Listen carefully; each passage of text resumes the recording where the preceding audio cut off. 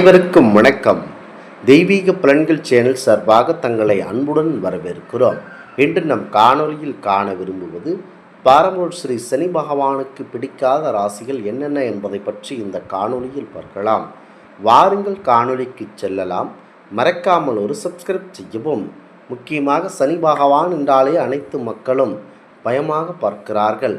ஜோதிட சாஸ்திரத்தின்படி சனி பகவானின் ஆதிக்கம் அல்லது அவருடைய பார்வை சில ஆதிக்கம் ராசிகளுக்கு மற்றும் கடுமையான சவால்களை தரக்கூடும். அதனை பற்றித்தான் இந்த காணொலியில் பார்க்க போகிறோம்.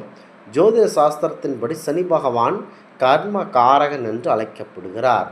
அவர் நாம் செய்யும் செயல்களுக்கு ஏற்ப பலன்களை வழங்குகிறார். ஒருவருக்கு சனி பகவான் கஷ்டங்களை கொடுக்கிறார் என்றால் அது அவரை பிடித்ததில்லை என்று அர்த்தமல்ல. மாறாக ஒருவரை நல்வழிப்படுத்தவும் கடந்த கால வினைகளில் இருந்து பாடம் கற்றுக்கொள்ளவும் கர்ம வினைகளை கழிக்கும் அவர் கொடுக்கும் பயிற்சியாகும். முக்கியமாக சனி பகவான் சூரிய தேவன் மற்றும் சாயாதேவியின் புதல்வன் ஆவார். மிகவும் மெதுவாக நகரும் கிரகம்.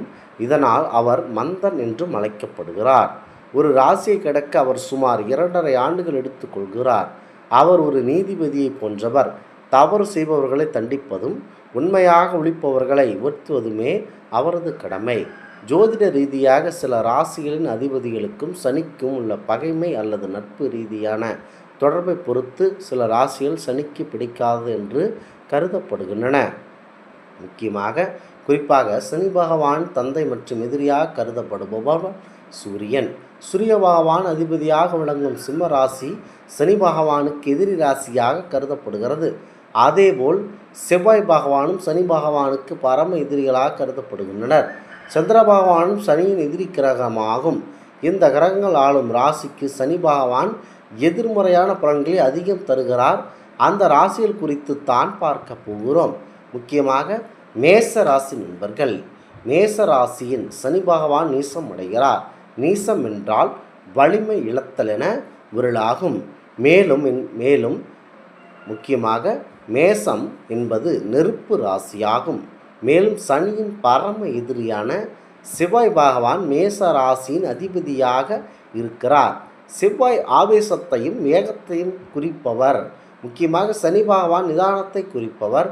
மேச ராசியில் அவசர புத்தியையும் முரட்டுத்தன்மையும் கட்டுப்படுத்த சனி பகவான் பல தடைகளை ஏற்படுத்துவார். இதனால் இவர்கள் எடுக்கும் காரியங்கள் கண்டிப்பாக தாமதமாகும். முக்கியமாக மேச ராசியினரை பார்த்தால் கண்டிப்பாக இந்த சனி பகவானுக்கு பிடித்தாது. முக்கியமாக மேசராசியர் சூரியனின் அம்சம் பொருந்தியவர்களாக இருப்பார்கள். அதாவது அவர்கள் எந்நேரம் உழைப்பு என்று இருப்பவர்கள். எந்நேரம் குடும்பத்தைக்காக எதை வேண்டுமானாலும் செய்யக்கூடிய ஒரு அற்புதமானவர்களாக இருப்பார்கள்.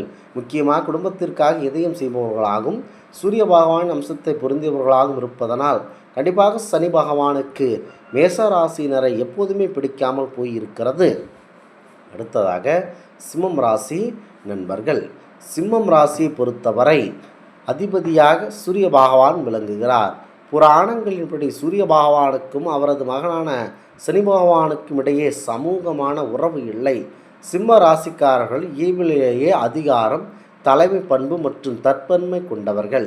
சனி பகவான் பணிமையையும் எளிமையையும் விரும்புவார். எனவே சிம்மராசிக்காரர்களின் அகந்தையை உடைக்க சனி பகவான் அவர்களுக்கு அதிக சோதனைகளை தருகிறார்.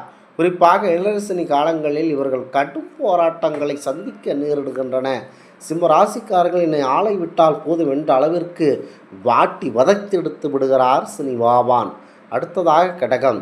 சந்திர பகவானுக்கும் சனி பகவானுக்கும் எப்பொழுதும் 7ஆம் பொருத்தம்தான். எனவே சந்திரன் ஆளும் கடக ராசிக்கு சனி பகவான் குறைந்த பலன்களையே வழங்குகிறார். சனிக்கும் சந்திரனுக்கும் இடையே உள்ள தொடர்பு புணர்வு தோஷம் என்று அழைக்கப்படுகிறது. சந்திரன் மனதை குறிப்பவர், சனி பகவான் துக்கத்தை குறிப்பவர். கடகராசிக்காரர்கள் மிகவும் மென்மையானவர்கள். சனி பகவான் இவர்களை ஆட்கொள்ளும் பொழுது அவர்களுக்கு மிகுந்த மன உளைச்சலையும் தனித்தன்மையும் கொடுத்து மனதளவில் அவர்கள் பக்குவப்படுத்தக்கூடிய அற்புதமான ஒரு நபராக இருக்கிறார். குறிப்பாக சனி பகவான் சில ராசிகளுக்கு கஷ்டங்களை தருவதற்கு பின்னால் ஆழ்ந்த வாழ்வியல் பாடங்கள் உள்ளன.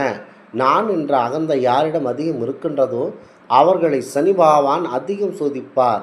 அவசரப்பட்டு முடிவெடுப்பவர்கள், பொறுமையில்லாதவர்கள், தடைகளை உருவாக்கி நிதானத்தை கற்றுக் கொடுப்பார். போலி உறவுகள் நிலையற்ற செல்வத்தை காட்டி போலி உறவுகள் நிலையற்ற செல்வத்தை காட்டி வாழ்க்கையில் நிலைமையாவை உணர வைப்பார். முக்கியமாக போலியான உறவுகள் உங்களிடம் பழகுவதை நீங்கள் எப்படி கற்றுக்கொள்வது? அதற்குத்தான் சனி பகவான் வாழ்க்கை பாடமாக கற்றுக் கொடுக்கிறார். அதுவேதான் இதனை நினைத்து கொண்டு மக்கள் உஷாராக இருக்க வேண்டும். சோம்பேறிகளாக இருப்பவர்களுக்கு அவர்களுக்கு கடின உழைப்பின் அர்த்தத்தை சொல்லிக் கொடுப்பவர் சனி பகவான். எவ்வளவு சோதனை கொடுத்தாலும் இறுதியில் அவர் நற்பலன்களையே அருள்வார் என்பது ஐதீகமாகும். முக்கியமாக சனி பகவானின் அருளை பெறுவதற்கு சில எளிய வழிகள் உள்ளன. ஏழை எளியவர்களுக்கு உதவி செய்வது சனி பகவானுக்கு மகிழ்ச்சியை தரும். அவர் ஏழைகளின் பிரதிநிதியாக கருதப்படுகிறார். அதுவேதான் சனி பகவானுக்கு மகிழ்ச்சி தரும். அவர் ஏழைகளின் பிரதிநிதி என்பதனால் மாற்றுத்திறனாளிகள், முதியவர்கள், வறியவர்களுக்கு உதவுவதை அவர் அதிகம் விரும்புகிறார். சனியின் பிடியிலிருந்து தப்பிக்க விநாயகப் பெருமான் மற்றும் அனுமன் வழிபாடு சிறந்த நற்பலன்களை வழங்கும். சனிக்கிழமைகளில் சனி பகவான் சன்னதியில் நல்லெண்ணெய் தீபம் ஏற்றி வழிபடலாம். நேர்மையாகவும் தர்மத்தின் வழியில் நடந்தால் சனி பகவான் உங்களை ஒருபோதும் கைவிட மாட்டார் என்பது ஐதீகமாகும். சுருக்கமாக சொன்னால் சனி பகவான் எந்த ராசிக்கும் எதிரியல்ல. அவர் ஒரு கடுமையான ஆசிரியர். சிம்மம், மேஷம் போன்ற ராசிகள் சனியின் குணத்திற்கு நேர்மாறான குணங்களை கொண்டிருப்பதனால் அவர்கள் சனியின் பிடியில் சிக்கும் பொழுது அதிகமாக பாதிக்கப்படுகிறார்கள். சனி பகவான் அவர்களுக்கு கடுமையான பாடங்களை சொல்லிக் கொடுக்கிறார். ஆனால் அவர்கள் தங்களை மாற்றிக்கொண்டு நேர்மையாக உழைத்தால் சனி பகவானைப் போல அள்ளி கொடுப்பவர் வேறு யாரும் இல்லை என்பதே நிதர்சனமான உண்மையாக இந்த இடத்தில் புலனாகிறது. குறிப்பாக பரம்பொருள் ஆஞ்சநேயரையும் பரம்பொருள் விநாயகப் பெருமானை மனதில் நினைத்து கொண்டு வழிபடுபவர்களுக்கு எண்ணற்ற நற்பலன்களை வழங்கும். மேலும் காலபைரவரையும் தாராளமாக வழங்கலாம். இந்த ஆன்மீக தகவல் உங்களுக்கு பிடித்து இருந்தால் தெய்வீக பலன்கள் சேனலை கண்டிப்பாக சப்ஸ்கிரைப் செய்து கொள்ளவும். மீண்டும் ஒரு நல்லதொரு காணொளியில் உங்களை சந்திக்கிறோம். நன்றி, வணக்கம்.